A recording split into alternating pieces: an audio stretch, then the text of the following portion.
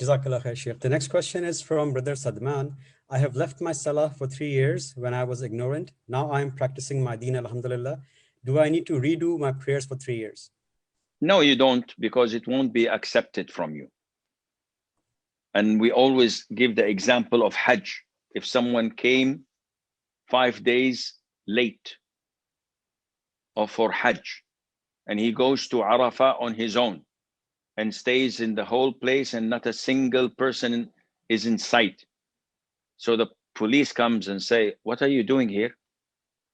He said, I'm performing Hajj. He said, yeah, but Arafah was 5 days ago and you missed that. He said, yeah, I was caught up due to problems with my visa and the immigration did not release me except today. So I'm making it up. We said, no, you cannot make it up. Arafah is on the 9th of the Hijjah, period. You miss that day, you miss Hajj.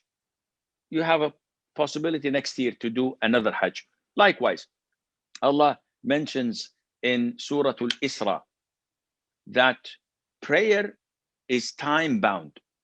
So if you pray before time, for example, Fajr, if you pray Fajr before the break of dawn, your prayer is invalid.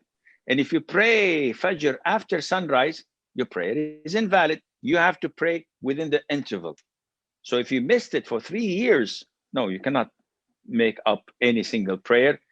Just repent, ask Allah for forgiveness, offer a lot of night prayer, voluntary prayers, and never miss up a prayer. And inshallah, Allah will forgive you. Jazakallah khair.